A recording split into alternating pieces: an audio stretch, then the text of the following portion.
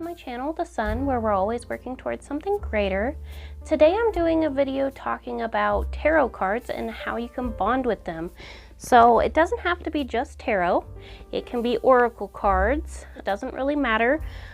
Just kind of any cards that you use for divination purposes. So when we talk about bonding with tarot cards, I'm talking about basically getting connected with your tarot cards.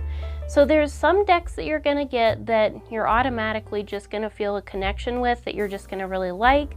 There is something about that the best connections that you can have with tarot cards are sometimes your first deck needs to be like gifted to you, which mine kind of was. The first deck I ever got was my Imperial Dragons Oracle deck, and I had that one, and then my sister got me the Pagan Cats Tarot deck.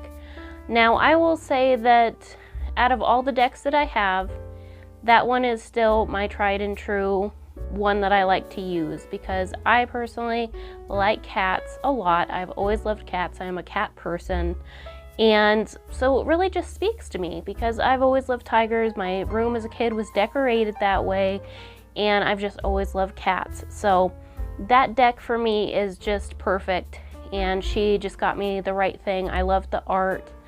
I love how they kind of played off the Rider-Waite tarot deck by having similar imagery to that, something that really just tells the story of the card, of what its meaning is, that they depict in those cards also.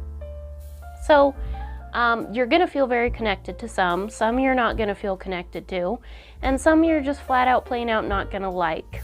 Now I am going to say right off the bat too that there are different decks of things that you might not really connect with because you maybe don't like how that deck speaks to you. These decks do definitely have personalities to them. So some decks are going to be very blunt, sometimes they can be, I have one particular deck to me that's just kind of negative, but I feel like it's because I feel negatively about it. I feel like I'm not very connected to it, so I think I just need to work with that one more. Now for bonding with your deck, unless you're just starting out and have no other decks you can use, I would say that if you have a deck that you are already bonded with and you use for your main readings, great. If you want to, you can do this, but I would recommend if you get a new deck that you don't use it for any serious questions that you want to know the answers to. You're probably going to want to just use your tried and true deck for those answers. You might want to start out with bonding with your deck, as in just maybe doing like a daily draw. Just kind of get used to it, and you can kind of, some people carry around their decks with them to get their energy with it. I would of course recommend when you get a new deck to cleanse it, put it out in the full moon, put selenite on it, put intention to it of cleansing it, smoke cleanse it, all those kinds of things to get any energies out of it. And then you're going to want to put your own energies into it with the bonding. So you're going to want to sleep with the tarot deck. I like to do that. Apparently for some people it's very overwhelming of all the energies, so some people don't like to do that. That's okay if you don't want to. There are other ways to bond with it. Just, take it with you some places if you feel comfortable doing that. If you don't want to, if you don't have a purse, if you don't want to lose it, you don't have to do that. But just spend time with it every day, or as often as you can. Just kind of doing maybe some daily readings with it, getting familiar with it, getting used to what that deck specifically sounds like and what kind of energy it has. Another good way to get bonded with your deck too is also just to kind of look through the cards. When you get it, just kind of bond with the cards in the way that you look through the cards and try and, figure out the symbolism of those cards and what they may represent intuitively, what it feels like those cards mean for you, and just get a better understanding for the deck itself. If this is your very first time getting a tarot deck, I would recommend something that is kind of similar to the Rider-Waite or the Rider-Waite deck, because a lot of people will mention this, that those cards do have kind of the story behind them of what they mean. The symbolism of them represents a lot of what that card meaning actually means. So it can be really helpful for you to make a connection with what that card is trying to portray, and it will just make more sense to you. Now, when you're bonding with a deck, it's going to be a little bit frustrating probably at first, because it's not possibly going to speak to you. I've had this happen where I'll get a deck and I'll get a reading from it and I'm like, I don't really like this. It doesn't make sense to me. I'm not understanding. Try and get past that though. Try and not get too frustrated with the deck and say it's not helping me. It's not useful. I don't understand what it's trying to say. It doesn't seem accurate. It might not at first. And that's just part of you building the bond and building the relationship with that deck for it to make sense. So you just kind of need to spend time with it. Do your daily draws with it.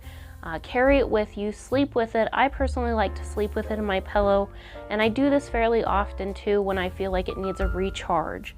So that's something that you should do with your deck fairly often too, is recharge it with your energy. If it's been sitting somewhere for a while, you're probably going to want to cleanse it again and then, recharge it with the energies of yourself. I personally like to do that by putting it under my pillow with the energies. Don't bother me at night. But it just depends on how sensitive you might be to those energies. And if you can't do that, that's understandable. If you do want to do a more complex read with your new tarot cards, I would say maybe be willing to cut out a little bit more time, so that just in case that deck isn't really working for you and you really need an answer to something, you also can go to your deck that does make a lot more sense to you. Just in case you get a reading that with it you don't quite make sense out of it, but it still is probably good to, exercise your energy into that deck of the kind of things that you're looking for in your life and things of that sort. So another good thing that I would say would be with bonding with your deck is to put your intentions into the deck. So just kind of sit with it, hold it, put your energy into the deck, just kind of say, tarot cards, I am bonding with you in a way that you can understand my energies, understand my life path, understand my what I'm looking for in my life right now. Just kind of tell it like you would tell a friend, I would say, what you want in your life, what you're looking for, what kind of guidance you would like to receive, and just kind of sit with it. You don't have to say it out loud. You can just hold it and say it to yourself in your head of what you're saying to these cards with that intention of, tarot cards, I want to learn what my life path is right now. I'm feeling a little lost and confused. I would like to get myself out of this situation. I would like to achieve this. Please help me and guide me through life and give me advice of where I can take, what I can do to better myself. Something that I also do with my tarot cards, I didn't so much used to do this, and you don't have to, but sometimes I do ask for direct help from my spirit guides. So I'll say, like, spirit guides, I'm looking for an answer to this. Can you give me information about what I can do?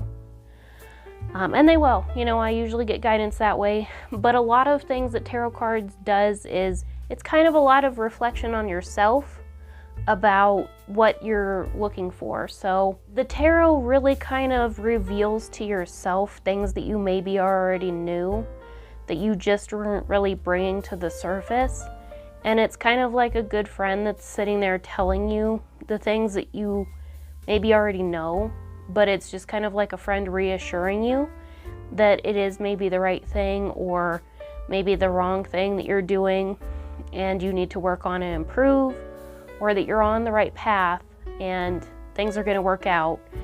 For me, a lot of the time, if I'm feeling down about something, these tarot cards are really like a good friend to me to, help me move forward and have hope in moving forward. So that's personally what, to me, tarot is really good for.